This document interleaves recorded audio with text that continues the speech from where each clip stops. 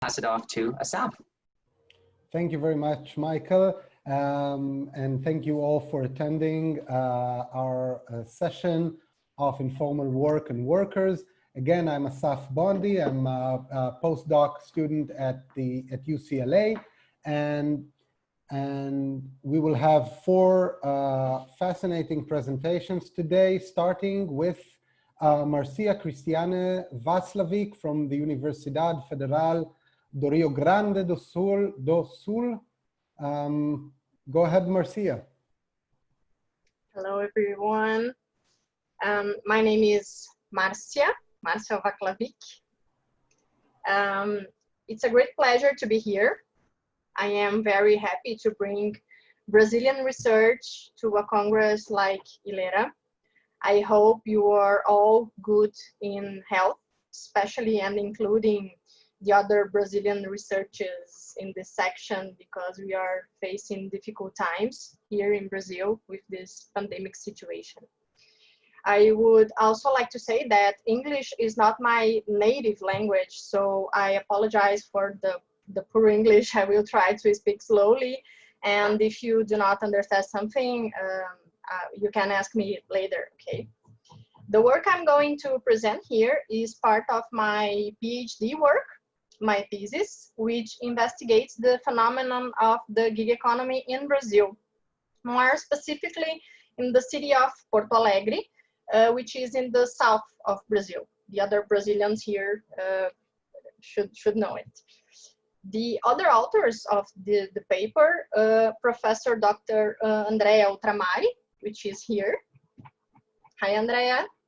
And Professor Dr. Sidinei Rocha-de-Oliveira, which is also here. Hi, Sidi. They are my supervisor, my doctorate supervisors, and we represent the Federal University of Rio Grande do Sul and the International Observatory of Careers, the OIC. The work I'm going to present is titled Enterprising the Informality, a theoretical debate in the light of new ways of work organization. I'm going to share my screen now to help you with some highlights of it. Just a moment, here and here, share. Are you seeing it? Yes, okay. It is the work I am going to present here is a theoretical essay in this conference in a shorter version, which is part of the argument of the thesis. So it is a very important work for us. So let's go. Regarding to the labor market, the reality of Brazil can be summarized in a few numbers regarding to the informal work. The informal work is the reality of almost 38 million workers in Brazil. It's almost something like 41% of the employed population. Also, there are 13.2 million unemployed people. These numbers are just before the pandemic situation, so we expect that these numbers are worse than these I am presenting to you. In this context, the informal self-employment has played an important role in allocating the unoccupied forced labor. In our country, it's undeniable that the economic and social, the informal work has in our country is undeniable the economic and social importance of the informal work. All over the world, there is a movement that is expanding and tends to reinforce the informalization of the labor relations. The researchers are calling it as digital labor markets, and is expected that they are changing the pre-existing working patterns. These digital labor markets practice are part of the so-called gig economy. Gig economy are basically unstructured working arrangements mediated by internet platforms related to short-term tasks, which we call the gigs, in an online and on-demand way. In these markets, large multinational big enterprises, many of them operating in regulatory vacuums, mediate the labor relations through online platforms using the informal work. This process is what we are calling in this work and in the thesis, enterprising the informality. We argue that it puts the informal work in another scale, in a bigger scale, reorganizing and amplifying informality, giving it new contours that we are going to explore and investigate during the thesis. In Brazil, these digital labor markets can be exemplified by services like Uber and his drivers. It already has a significant impact in official numbers of the occupation rates. It is already affecting the labor statistics. This is because there are currently more than 5 million Brazilian workers living in the informality of the gig economy. And there is here in Brazil a consolidation of the legal understanding of this practice as self-employment jobs. So we argue that the role played by the platform is central, despite this general understanding of the autonomous characteristics. It is because not only the platforms articulate supply and demand, but also because it acts directly in the establishment of the activity rules, imposing on the worker the terms and the conditions of operating. But the worker assumes the risk of his business, even though the activity is fully controlled by the platform. There is so a platform dependency, especially where it is the worker's main source of income, which is the situation of the most drivers here in Brazil. And it has significant implications for the social protection, which is not shared with the platform, not with the customers. In addition, it is common to have practices that encourage work intensification through bonuses by goals achievement or performance, which resemble formal employment compensation standards. The intermediation also established new ways of controlling the work, not only through technological devices, such as GPS devices available on the smartphones, but it also delegated the service evaluation to user clients through the rating systems.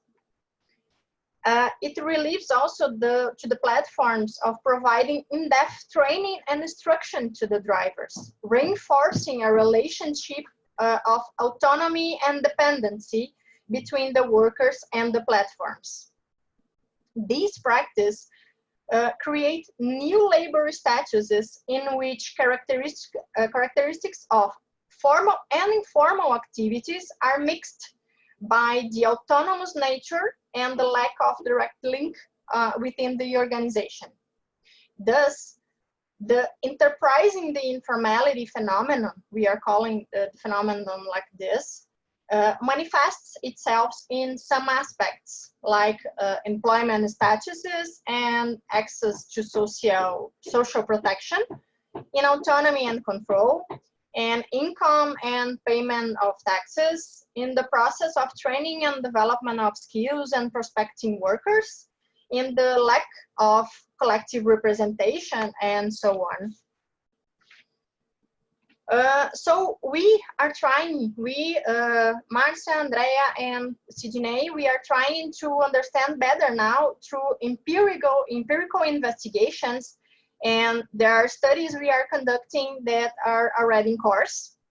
How this process is being discovered and revealed in practice by drivers and the other stakeholders, including trying to understand how and why these workers adhere and how they got into it, this model of work, who they are, how they perceive the activity, and theoretically, we are looking also to understand the impacts on career theory And we will present next week a study at EGOS Colloquium. EGOS is the European Group of Organization Studies, which would be in Germany, but it also went online. And so next week we are going to present an empirical study there. So the thesis, my PhD work, it's around these aspects. And this work I present here to you is one part of it. So we are trying to better understand and the unfolding of this phenomenon here in Brazil, which is directly related to the informality, which in Brazil is a phenomenon with high importance. It's this, what I have to present to you. I hope you could understand me. Sorry for some mistakes. Thank you very much, Marcia. Actually, you were fluent in English and very eloquent and comprehensible. Thank you again for this presentation. I would like to emphasize that each presentation has approximately 14-15 minutes. Is Robert here, maybe? Maybe he joined us? No, so Robert won't be joining us today, unfortunately. Yeah, there's an issue. So that won't be happening, unfortunately. So it does give us a little bit more time to, for the other presenters, if they wanted to take a couple more minutes, we have that time now. Wonderful. So we'll jump right to Eduardo, expanding social insurance coverage. Okay. Thank you very much, Michael, Assaf. It is a pleasure and a privilege to be here. Unfortunately, we were not able to travel to Toronto. That's the only thing I regret. But I'd like to share some thoughts on the following topic. Constitutional amendment to Brazilian Constitution that came into effect last year, and that provides for a special system of inclusion for informal workers in the country. I am a professor of social security law in University of Fortaleza in Northeast Brazil, and right now, I'd like to start by presenting some data about informality in Brazil. And I thank Marcia because she's already done that, a lot of that. She's already shown how the situation is getting worse in the country. And later on, I will speak a little bit about the COVID-19 pandemic and how it affected for worse the situation of informal workers, but at the same time, it gives an opportunity to discuss how to protect better informal workers in our country and maybe in other countries too. Informal employment is a worldwide reality for over 2 billion people, according to ILO. You know that in 2015, the International Labour Conference adopted the transition from the informal to the formal economy recommendation, number 204. In the same year, the United Nations adopted the 2030 Agenda for Sustainable Development and its 17 Sustainable Development Goals. And the goal number 8, decent work and economic growth, includes formalization of the labor force among its targets. In Brazil, as Marcia had said, informality is increasing. In 2017, as she said, around 40.8% of our labor force was considered informal, 37.3 million people. In 2018, the figure rose to 41.5%, that is 38.8 million people. And after the pandemic, of course, that has gone worse. The figure, 41% approximately, is a little higher than the ILO findings for America as a whole, that is 40%, and a little lower than the figure of South America in total, that is around 50.8%. And informality in Brazil spreads unevenly across the country. It is higher in North and Northeast regions, and it's much lower in South and Southeast regions of the country. And what activities concentrated more informal workers? Well, we can talk about an ancient informal market that includes, for instance, agriculture workers, domestic workers, but also we have the workers in the gig economy, as Marcia had said, delivery workers, platform workers. In 2019, the recently elected Brazilian government, that is considered to be a liberal one, proposed a constitutional amendment aimed at reforming the country's social insurance system and to cut expenses related to payment of benefits. So the main concern is fiscal in its origin, to cut expenses.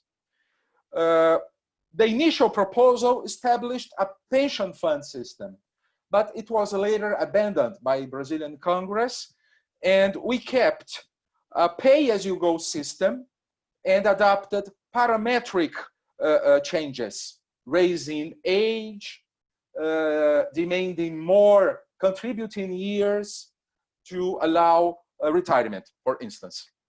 In Brazil, there are several pension systems. We have the largest one is the so-called general social insurance regime. It encompasses workers in the private sector, employees, self-employed, rural workers, among others. There are around 35 million people that receive benefits from the system and 51 million contributors. On the other hand, we have special pension schemes for public servants and the military. Around 7,700,000 people included in these special schemes.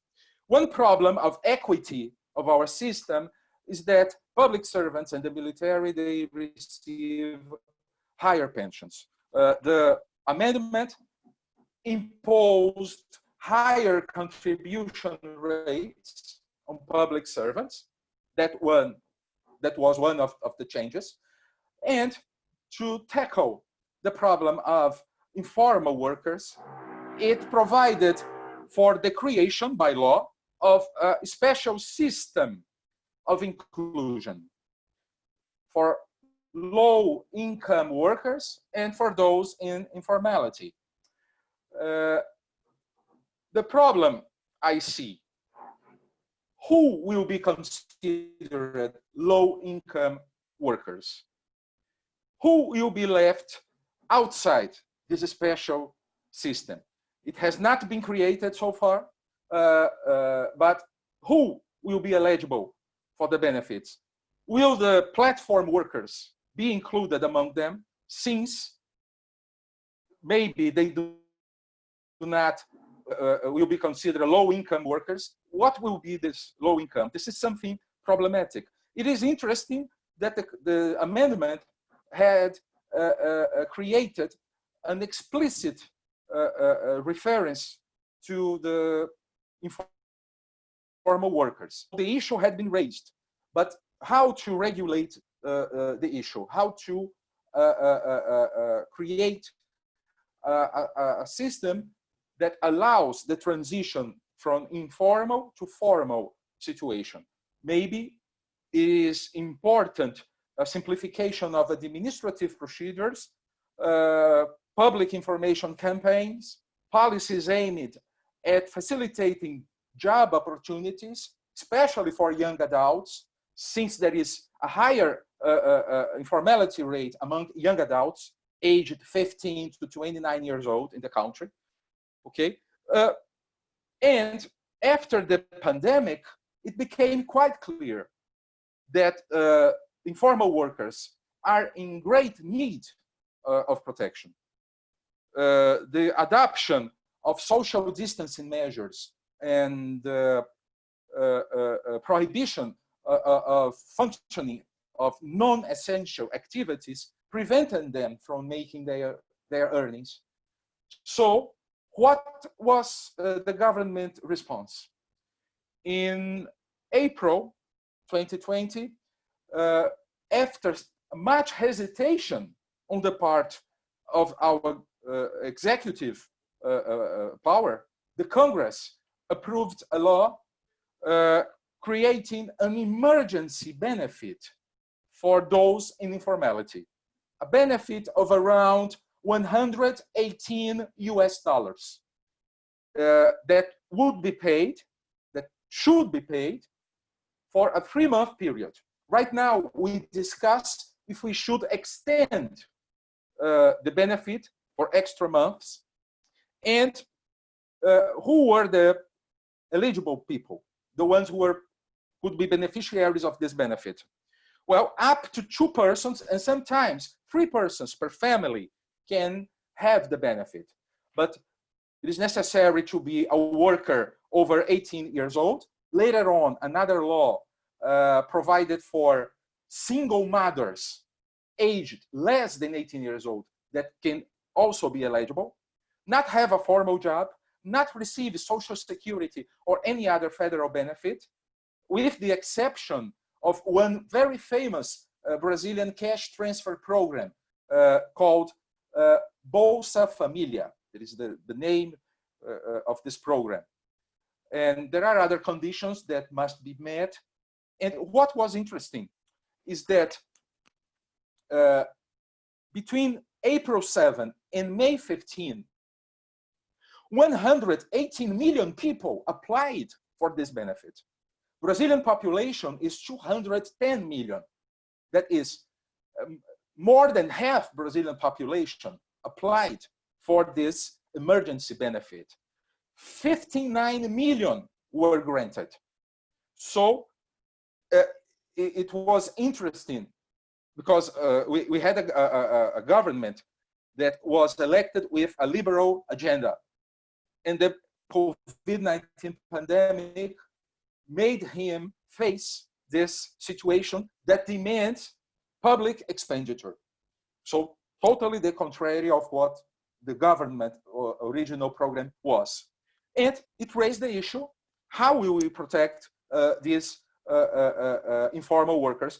And this emergency benefit may help either create a future basic income scheme, probably a targeted one, or may lead to improvements in the already existing programs, such as Bolsa Família, as I said.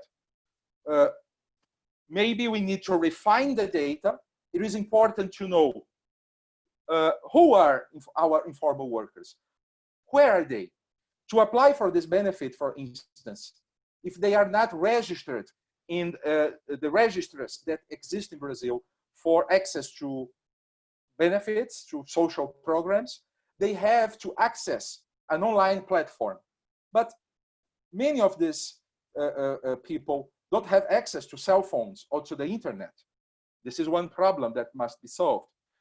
And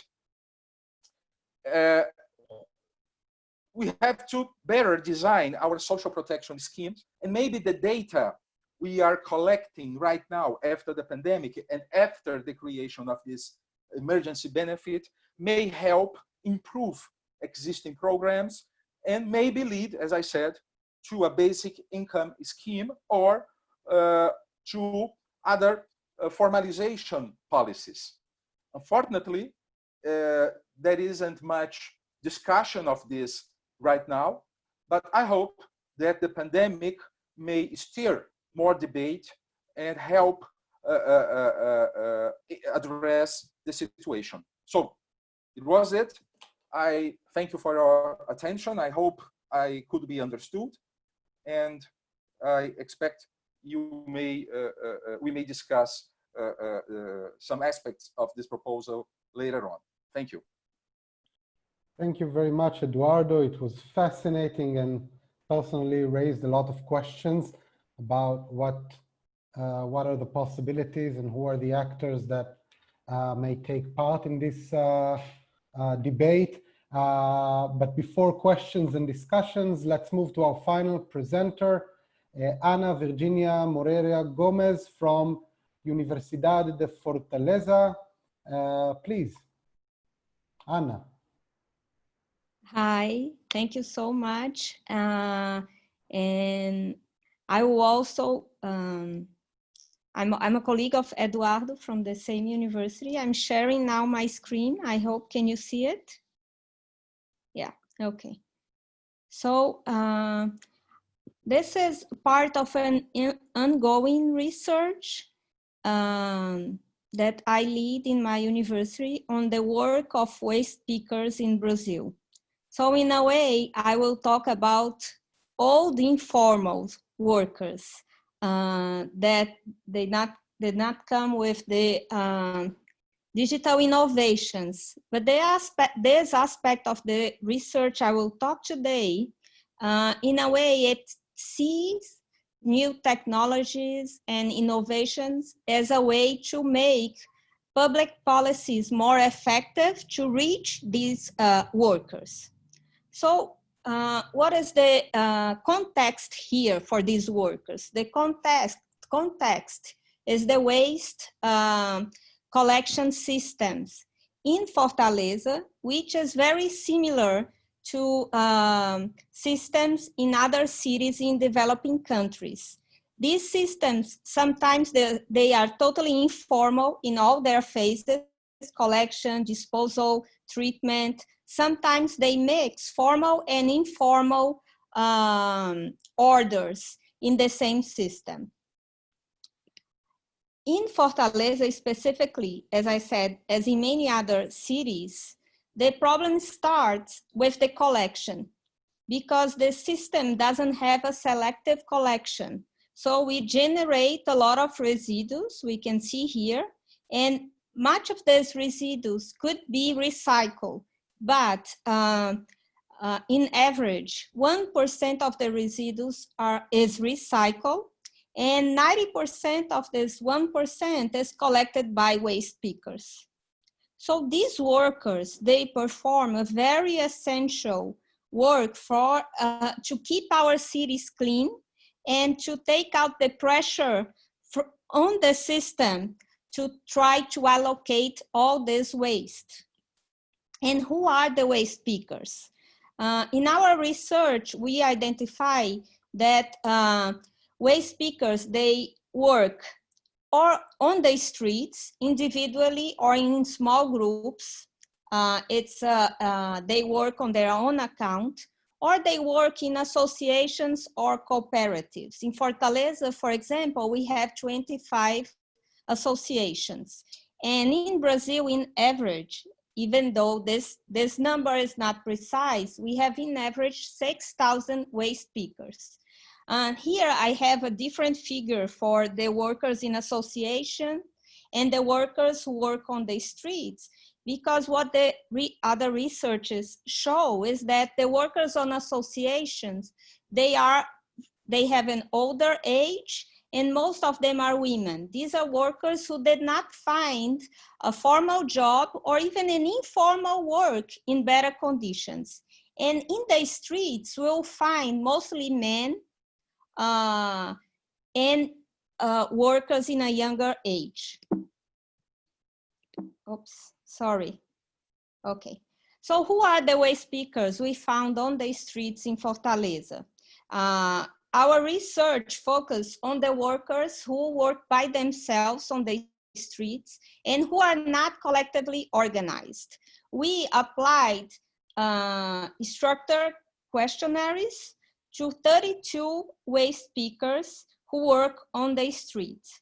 And what we found is that they share the same vulnerabilities and exclusions of homeless workers.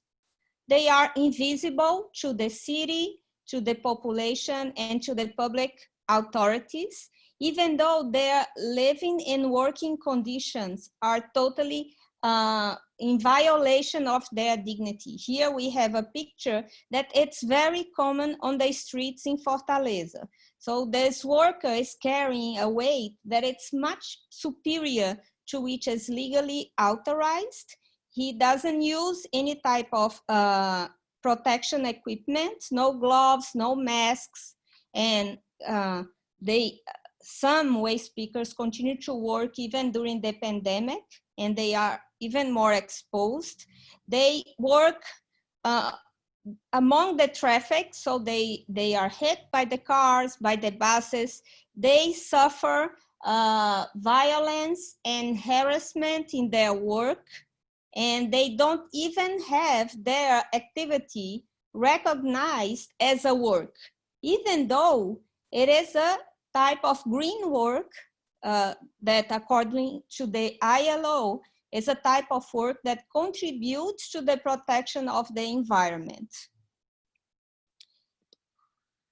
What we analyze is how then, looking at this very problematic context, we could use some social innovation technologies to make the public policies that already exist more efficient to reach these, this group of workers. And this was the scenario we found. And Professor Eduardo was also in our research group, and he was part of this research. We identify as main obstacles to improve their work and living conditions, the lack of documentation, number one. Sometimes they have the documents, but they lose because they're all on papers. Because most of these workers on the streets, even though they can have a house or rent a room, as they work most of the time on the streets, they are considered to be in a homeless situation. So they also have household insecurity, no cell phones or internet access. So they are digitally excluded. And this proved to be a huge problem, as Professor Eduardo has described. Now during the pandemic, because to have access to this emergency aid from the federal government, they needed each one to have a cell phone so they could download the app through which they could request the aid. But most of them have no cell phone or internet access.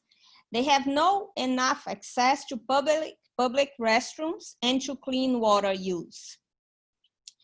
So what we thought in our group is that some social innovations could immediately try to improve the situation. For example, providing the use of biometric identification to improve their access to public service, for example, concerning health service, using technology to map their routes through the city, putting, for example, a GPS in their cart, and so we could identify their work and turn their work more visible to society and to public authorities, and also to try to optimize their work and turning their time and activity more rational, because sometimes they work through the whole day and they do not have a network where they can go and get the residues, enabling waste pickers associations in the city to create a hub between waste pickers and public service. I'll talk about this a little bit ahead. So considering the health issues from our diagnosis, we saw that to get adequate information to reach these workers is something essential. And we have to improve the access to health service.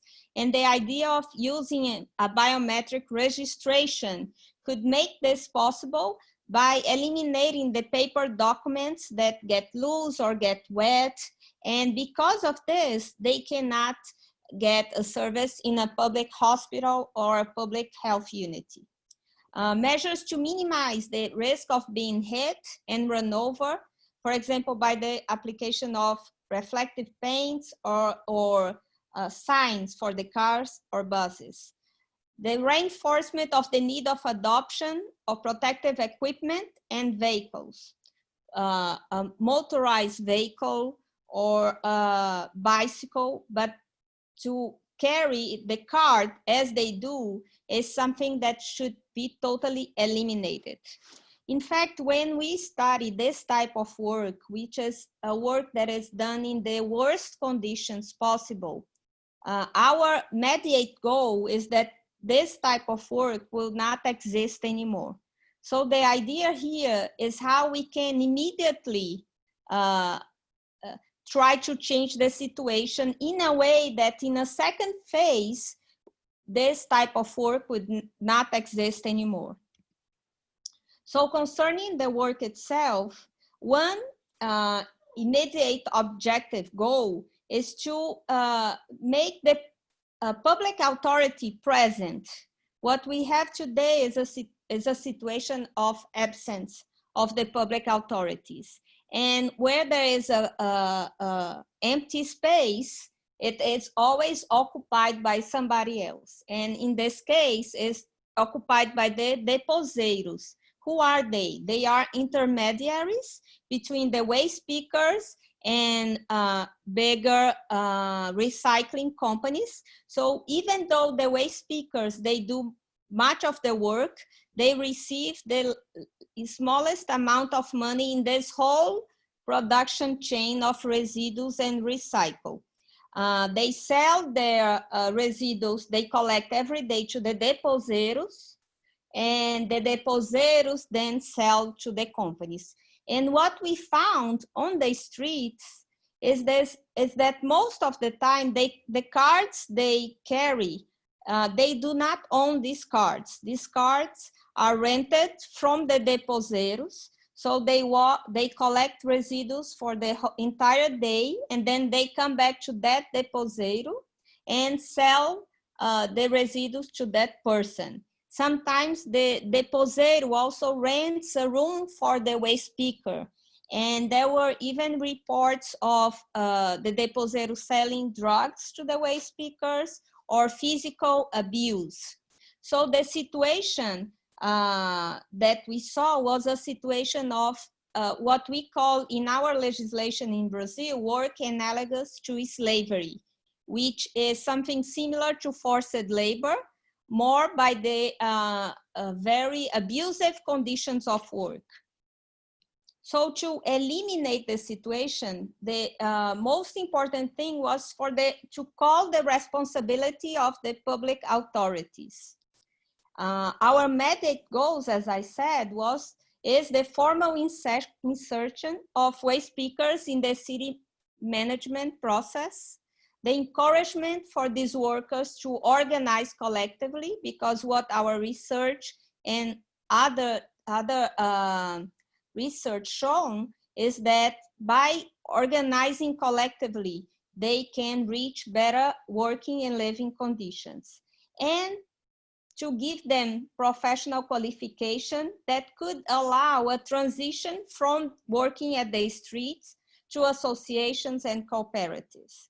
So our idea was for the city to create a kind of a hub that would receive these workers every day and offer them qualification that could be done in a way to fit their peculiarities and their needs. For example, in what are the most valuable residues, guidelines on health and safety, information on the routes to be followed, and also for the city to create a network with local business and households for waste collection in a way that they could use their time and their efforts in a more rational way.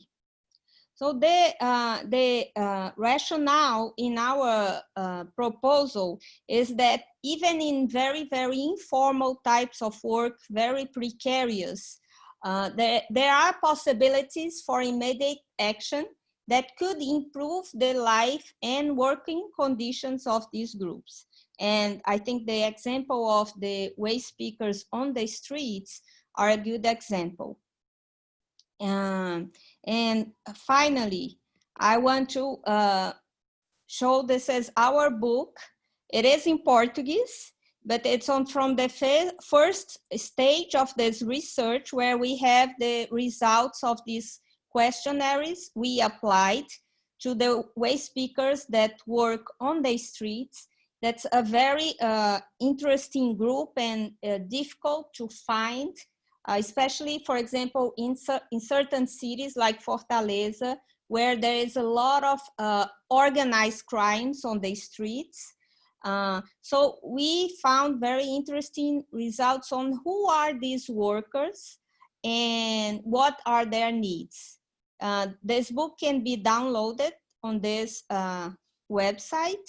And the idea is that we have to get to know who are the informal workers so we can build better and more effective regulations and public policies. That's it. Thank you very much. All right, thank you very much, Anna.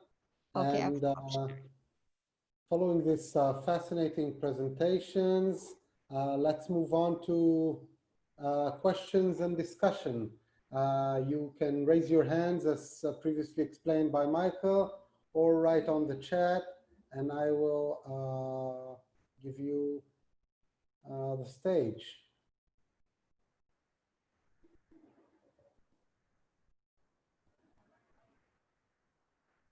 Any questions? I don't know how to raise my hand, but I have a question. All right, go ahead. You're the first one. It's for Marcia. So now on July 1st, and hi, Marcia, it's a pleasure to meet you. I hope all the Brazilians could get to know each other because we, you know, there is this idea of creating kind of a network of Brazilians professors who come to the ILERA meetings. So I will write down my email on the chat. If you could just after drop a hello. On July 1st will be a strike of workers who, platform workers who deliver food, and they have been very vocal during the pandemic, the isolation, because of their very, very precarious working conditions. And I would like to hear you about this kind of very interesting collective action from these workers that, you know, they have no trade unions and their organization is being done in a very authentic way. Well, Anna, it's a pleasure to hear you also, and it's going to be a pleasure for us to change contacts, and because we are all dealing with the same general theme, which is the big rates of informality in Brazil. And what I study is informality, and what do you study is informality, but we can see how different they are, these both universes of the waste pickers and the Uber drivers. They are very different realities. Regarding to the Uber drivers, which is the subject I study, I am my supervisors. I am in the field almost for 3 years. I am in Facebook groups, and I am in WhatsApp groups, and I daily, I am with them daily to understand how they deal with all these difficulties. And regarding to this trying of strikes and major movements, it's a lot difficult for them because they does not have a union. They are disorganized collectively. So it's very difficult because another phase of this movement of informality is the individualization of the work process. They recognize themselves as drivers, workers, but at the same time, and I could watch this daily in the groups, they watch themselves as competitors as well, because they are all trying to give the races one from the others. And with all the economic crisis we have here in Brazil since 2015, 2016, and now with the pandemic situation, they are all facing a lot of competitors. There are a lot of drivers. So when I saw in the WhatsApp groups a movement trying to make some difference, they are also sad and frustrated because they couldn't see a major movement that really stopped the service occurring. Because when one stopped, they put more races to the other one that sees an opportunity to raise more money in that day. It's a very difficult situation, and this is a phenomenon of what we are calling the enterprising informality. We are one holder at the center, which is difficulting this movement of workers' organization, and it revealing some aspects which can be very negative for the workers. I don't know if I answer your question, but this is what we are showing at the moment. Thank you very much, Marcia. Eduardo, please. Hi, thank you, Assaf. My question is also for Marcia. Marcia, in your research, did you collect any data concerning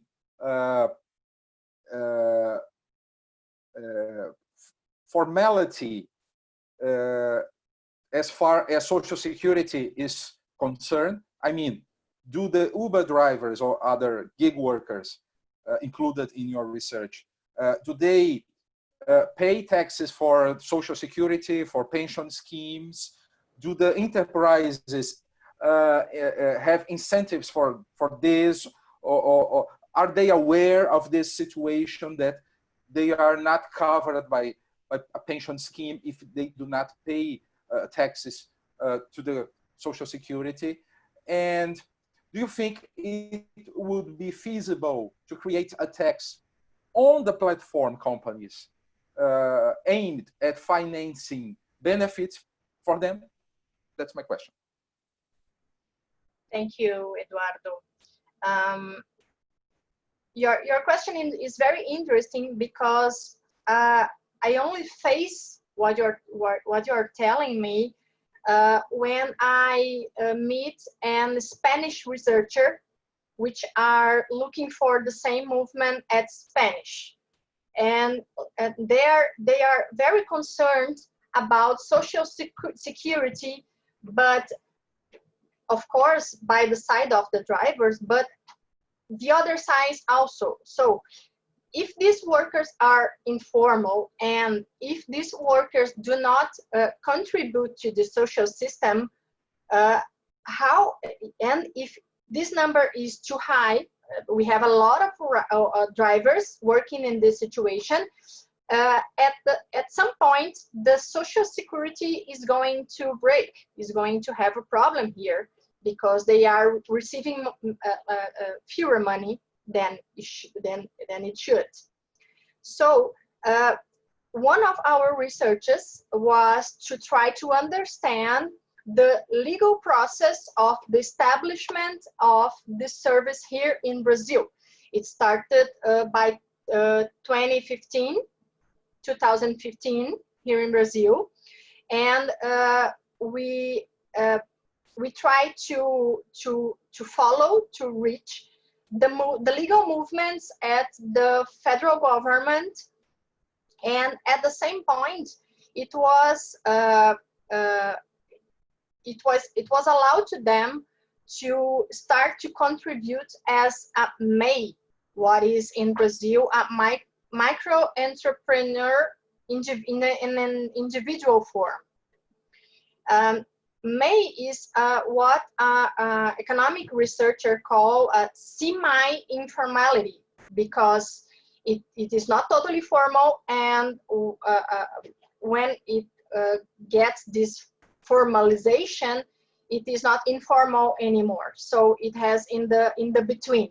Então is a kind of semi-formalization.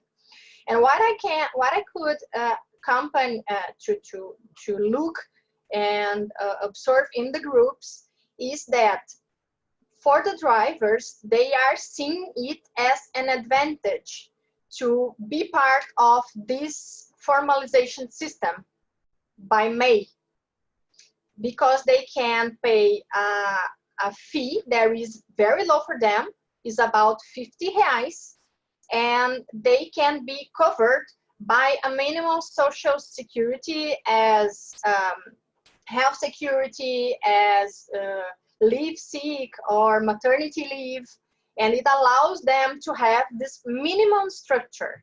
They was created a category specific for the drivers. So the government recognized them as autonomous, but they give them a way to pay a little fee in order to have this coverage. And they are seeing this as positive for them. Okay, thank you. And yes, they are considered self-employed, but if they pay only this minimum fee, they will retire or have benefits only the minimum wage. They will get the minimum, but at least it is something. Okay, thank you, Marcia.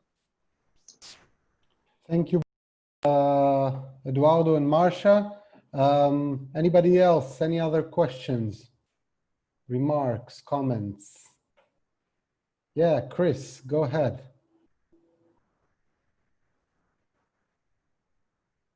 Question for Eduardo and one for Ana Virginia. For Eduardo, I'm just wondering if you're familiar with Reena Agarwal's research on India, where she talks about the welfare boards that informal workers have demanded that are sort of a tripartite welfare system. Part of what's interesting about that is that they were initially established at the state level, and then some of them built up to the national level. So I'm wondering if, I guess my expectation is that any any social security system designed for informal workers by the Bolsonaro government probably will not be adequate. But I'm wondering if states are considering establishing their own alternative systems, since Brazil also has a federalist system of government. The question for Ana Virginia, maybe I'm paranoid, but in a number of cities in Brazil, after the catadores, the recyclers have gotten organized, the city has, in the name of rationalization, actually brought in corporate waste contractors and displaced the informal workers. And it seems to me that one risk of mapping the routes and making all the data available means that potentially it could then be sort of commodified and handed over to the corporations. So I'm just wondering if that's a consideration, particularly, I suppose, if there's a change of government. Anna, you may answer first, if you like. Yes. So this privatization of the residues is happening not only in Brazil, also in India, and which lead us to a legal question: who owns the residues? That's a very interesting question that I don't know how to answer because my field is labor law. And they compete with the associations and cooperatives. But there are cities where they had reached a level of organization and cooperation with the public city, that it's like a win-win situation also for the city, because they give occupation to a lot of very poor workers and qualification, etc. So there's whole social side. How to avoid that private companies will just not take over the whole thing? It's really very difficult, especially because in most cities the associations are still very unorganized. They are very poor. They do not have, many times they do not have the knowledge to manage the associations. So it is essential to have the city as a partner. And if the city just decides to hire a private company, then really there is no future on this.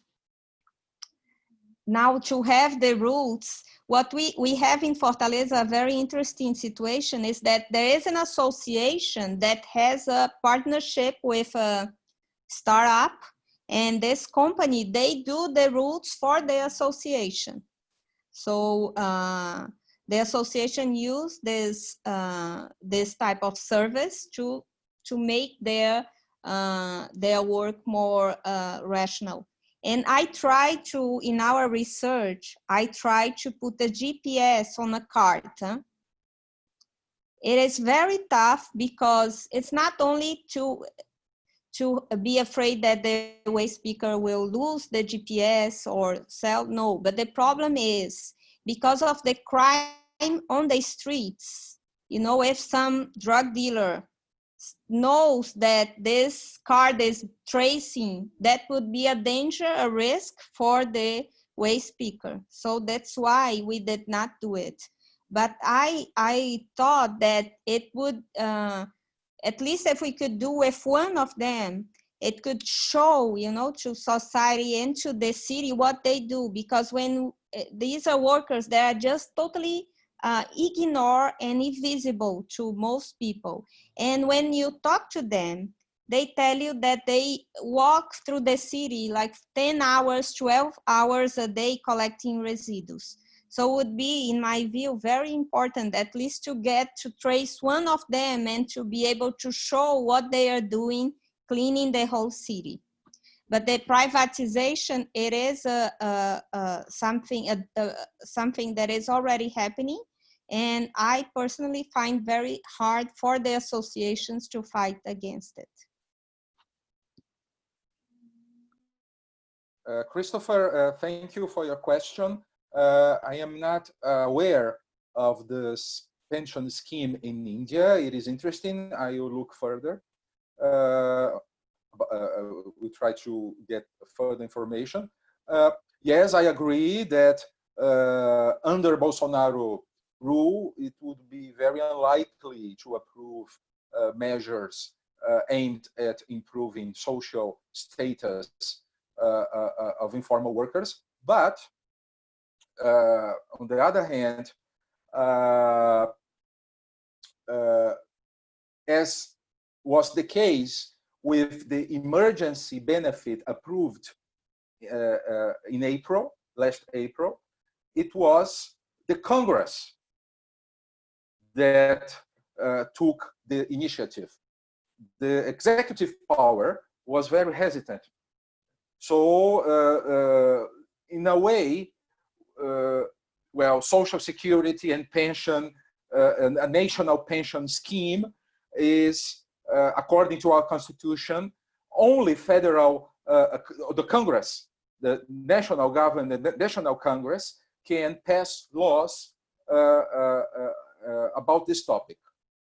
And our Congress sometimes shows independence vis-a-vis the executive. So I think that it could be possible to have some bill, some law that could enact positive measures in this respect. And due, of course, thanks to the Congress. But I totally agree with you that Bolsonaro regime, government was elected with a total different agenda. But the pandemic forced to face the need to give attention to this problem. But thank you again for your question, and thank you for the book you just put on the chat. I will take a look at it. All right. Anybody else? I will take the advantage of no other questions so far to ask a couple of questions. One for Eduardo. First of all, about the uneven spread of informality you mentioned in the beginning of your talk. I wondered, you mainly focused on geographic disperse or geographic spread of informality, and I wonder what about the gender or ethnic dimensions of these phenomena, as well as on the but more importantly, that something that I asked myself during your talk: who are the actors that take place in these debates on social policy, on labor regulation in these times? Is it just parliamentary or state politicians, or are there any civil society organizations, unions with significant power in order to promote new policies? And I wonder if you can elaborate on that some more, as well as some maybe potential transformation that these actors can bring. And for Anna, you mentioned the phenomenon of forced labor in the sector of waste management.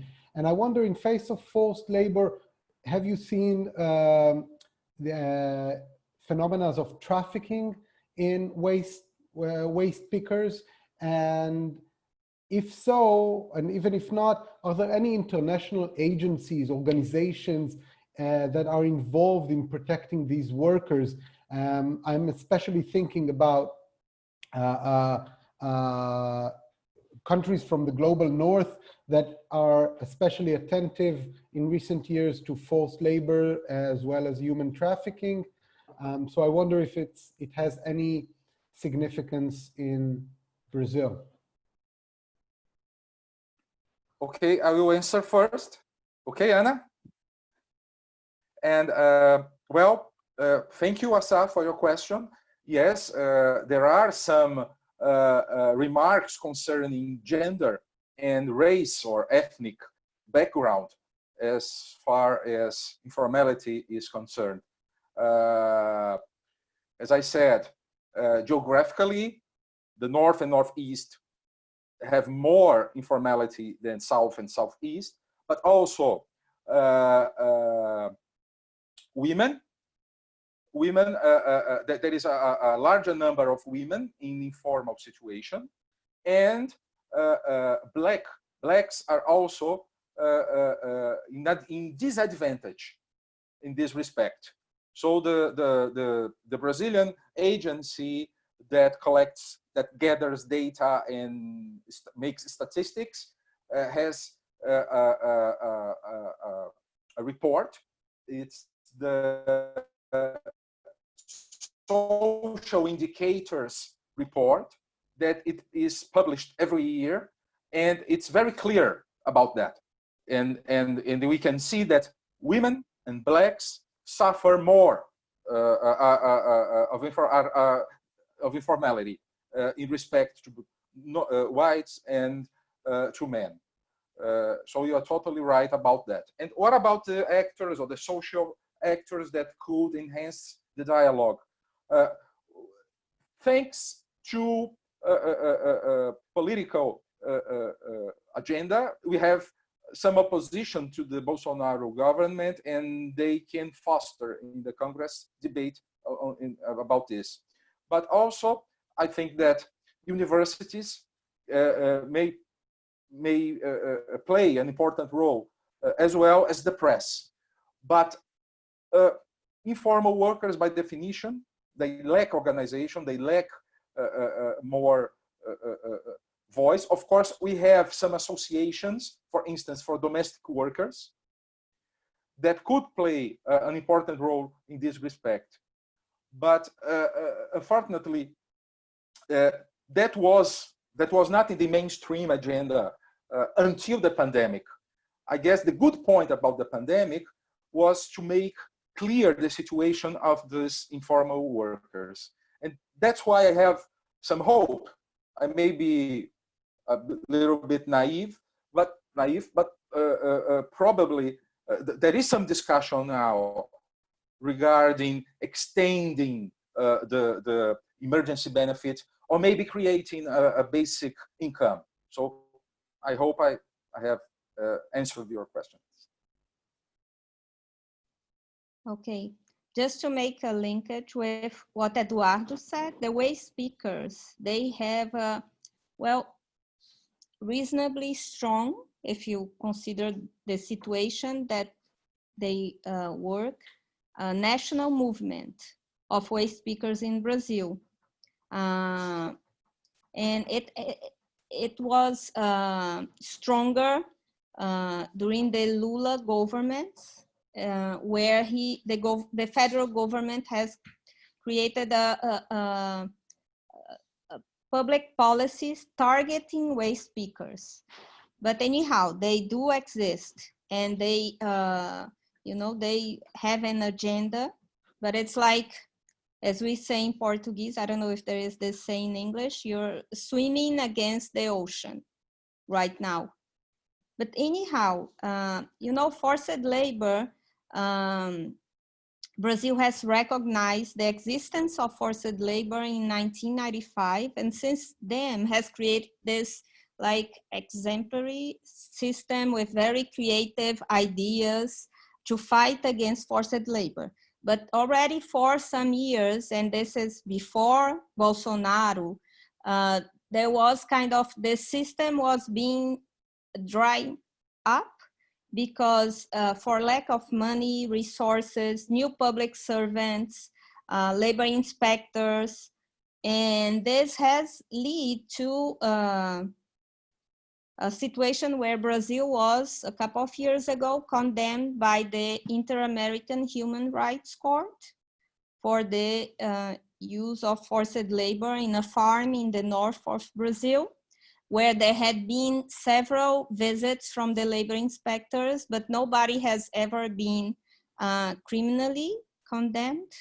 And like a couple of months ago, the Superior Court in Brazil has also recognized that slavery does not, is not conditioned,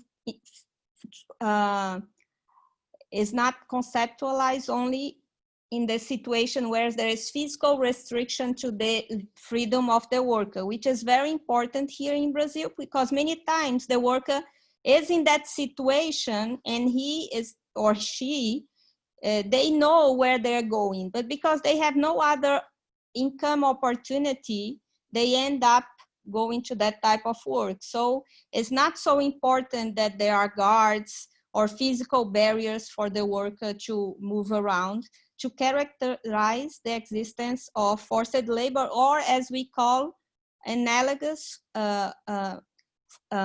forms of work that are analogous to slavery. Now going back to the waste pickers, no, there is no traffic. I have never seen or read about it.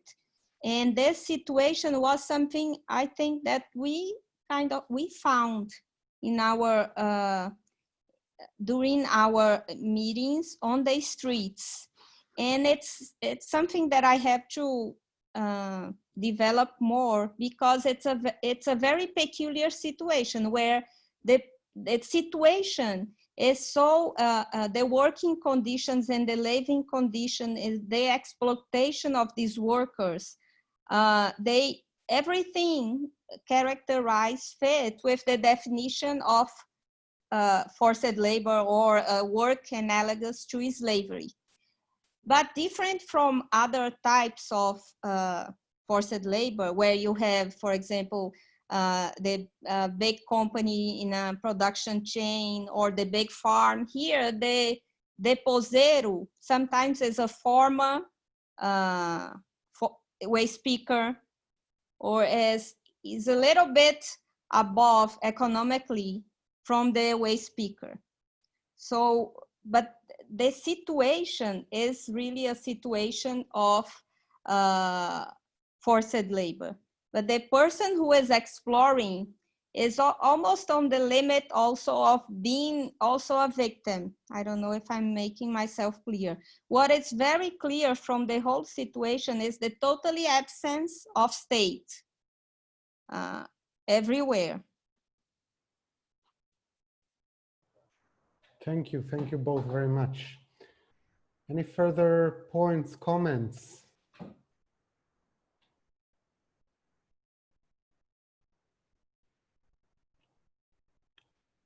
All right. So I will conclude by thanking everybody for your insightful and fascinating presentation. Congratulations, and I hope for all of you that in Brazil that you will take advantage of this panel for creating a denser and stronger community of important research and hopefully also policy change. Personally, I enjoyed your presentation and wish us all a great period and safer times. Thank you. Thank you all. Thank you, Assaf. Thank you, Michael. Thank you. Marcia, Anna, Christopher. I wish you well.